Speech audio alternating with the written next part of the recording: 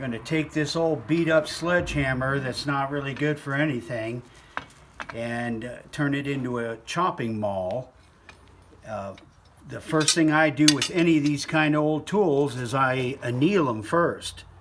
So we're going to get the big propane forge going and get this up to non-magnetic or around 1500 degrees. Then I'm going to clean it while it's hot and then stick it into vermiculite. All right, we're going to show you how that we annealed this hammerhead.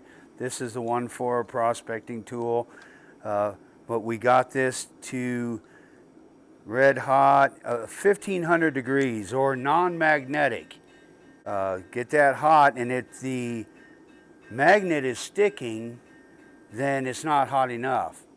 But if you just get it to where it's non-magnetic, we take it and we put it in our tank, our tumbler. This is our little homemade tumbler, and we put this in our vermiculite. You can get it plant stores, nurseries, that sort of thing. So we let this soften up all night to heal very slowly, to cool very slowly.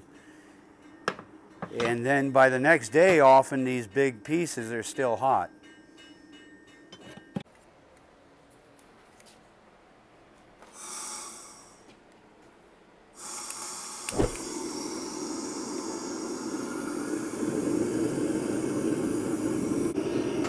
I've annealed this old sledgehammer head once previously, so now we're going to put it back in the forge.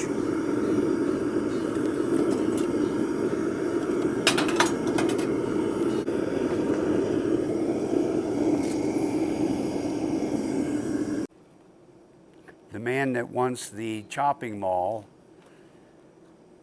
he already had a handle, big hefty handle.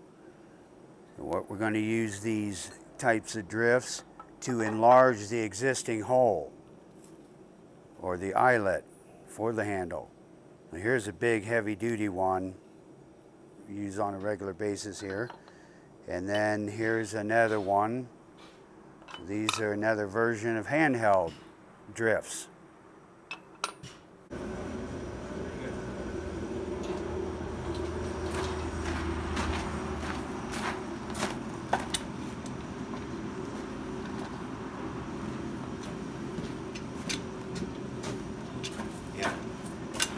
Good one. Okay, ready, Kim? Ready.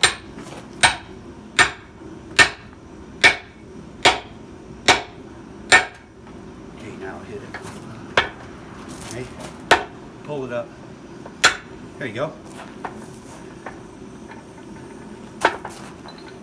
Exactly.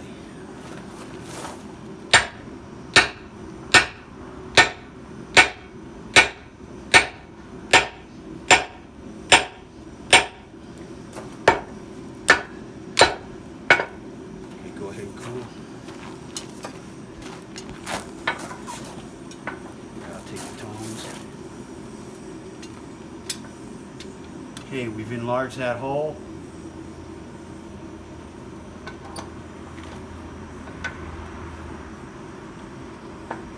We'll use this as the bottom, because we have it at a taper.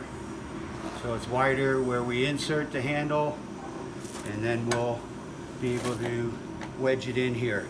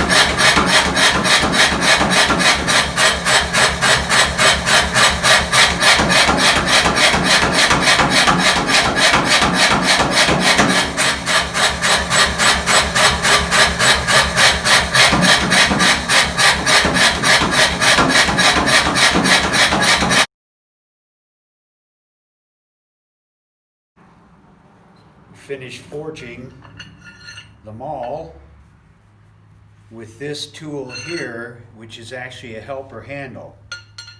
So you insert it like so, tap it into place. I can hold it like this on the anvil, and this is a good domed hammer to be able to forge this blade out. Then we took and forged a taper on the head. It was a bit thicker than this, and so we knocked that down, and we are ready for handle assembly. Use the power hammer to forge these tapers here, and then the dome hammer to dress it all up. And the advantage of using a heavier piece like this is when we've got it up into the 2000 degree range, it maintains the heat for a long time. And that's why something like this only takes several heats to forge.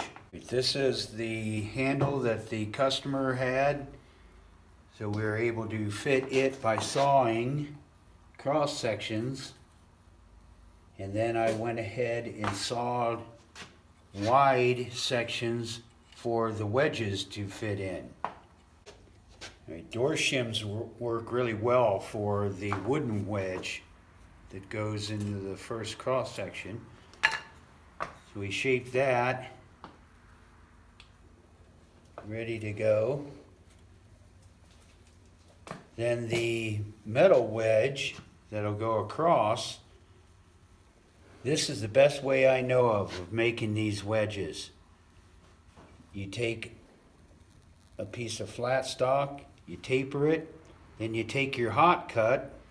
While you got it hot, you can do it while it's fairly cool, and just go ahead and put chop marks in it.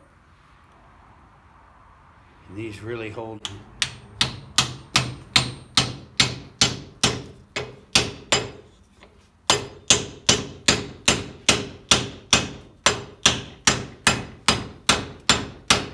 Force the wedge in all the way till it bottoms out, and simply break it off. Okay. Okay, Mace is going to approve the wedge.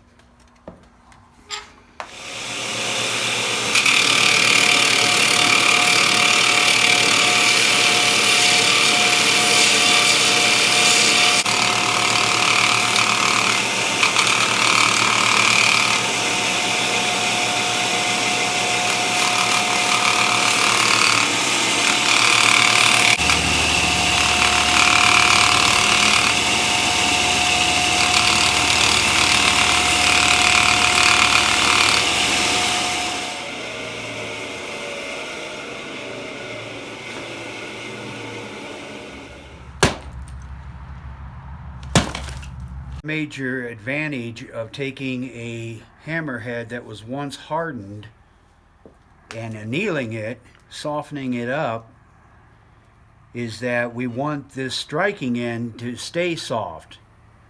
I just quenched or hardened the blade end, but this end, after tapering it somewhat here, we want to remain soft so that it doesn't chip. We'll see you next time on American Blacksmith.